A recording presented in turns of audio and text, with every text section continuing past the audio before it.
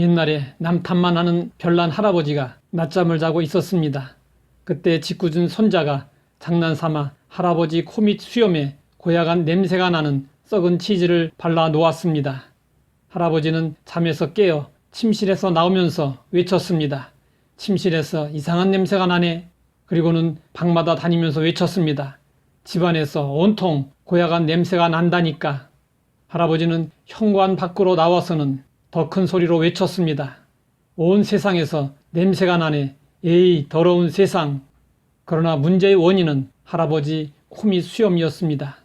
할아버지 자신이 냄새를 내고 있었던 것입니다. 이처럼 모든 문제의 원인의 99%는 세상이나 다른 사람에게 있는 것이 아니라 바로 자신에게 있습니다. 그런데 자신을 알기 전에는 그것을 잘 모릅니다.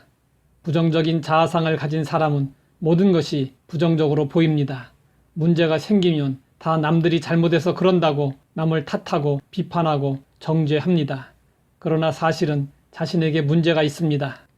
그런데 심령이 어두워 자신을 보지 못하기 때문에 사람들은 외부에서 문제의 원인을 찾는 것입니다. 예수님은 자신을 대신하여 오실 성령의 역할에 대해 이렇게 말씀하셨습니다. 그가 와서 죄에 대하여, 의에 대하여, 심판에 대하여 세상을 책망하시리라. 성령의 사역은 죄에 대한 책망에서 시작됩니다. 성령이 책망하시는 이유는 돌이키도록 하려는 것입니다. 그렇지 않으면 심판이 따르기 때문입니다. 성령의 책망은 한마디로 사랑 때문입니다.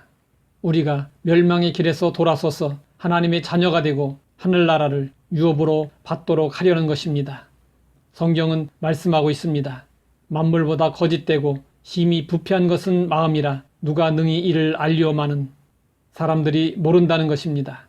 그래서 성령의 역할이 필요합니다. 성령이 우리의 마음을 조명하시고 책망하시면 나의 실상이 보이기 시작합니다.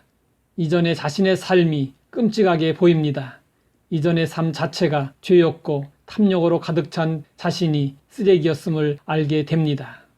그리고 마음속에 성령이 임하고 어둠이 물러가면 그동안 어둡고 더럽게만 보였던 세상이 밝게 보이고 이 세상이 아름답게 느껴지게 됩니다. 무디가 시골에서 보스턴으로 올라와서 양화점에서 일하고 있을 때였습니다. 킴벌이라는 주일학교 선생님이 무디를 찾아왔습니다. 킴벌은 가난한 무디가 시리에 젖어 살아가는 모습을 늘 안타까워했습니다. 그는 무디가 자기 주일학교 반에 들어왔을 때 받은 느낌을 이렇게 말했습니다.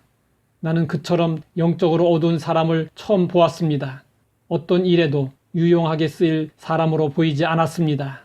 무디는 주일학교에 나왔지만 교회 생활에 별 흥미를 느끼지 못했습니다. 무디를 불쌍히 여긴 킴볼은 무디에게 예수님의 사랑과 희생에 대하여 말해 주었습니다. 무디는 그날 무릎을 꿇고 예수님을 영접했고 성령의 은혜를 체험했습니다. 그러자 갑자기 세상이 달라 보였습니다. 만물이 그를 환영해 주는 것 같았고 새소리도 그를 위하여 노래하는 것 같았습니다. 무디는 만물이 하나님의 손에서 움직여지는 것 같이 느끼게 되었습니다. 무디는 이런 고백을 했습니다. 내가 회개한 날 아침 밖에 나올 때에 모든 것이 다 사랑스러웠습니다. 나는 공중에 뜬 해를 전보다 더 사랑하게 되었고 새 소리를 들었을 때에 그것들도 전과 달리 사랑스러웠습니다. 만물은 나에게 관계를 달리하였습니다. 성령으로 심령이 변화되면 만물 속에서 하나님의 손길과 하나님의 숨결을 느낄 수 있게 됩니다.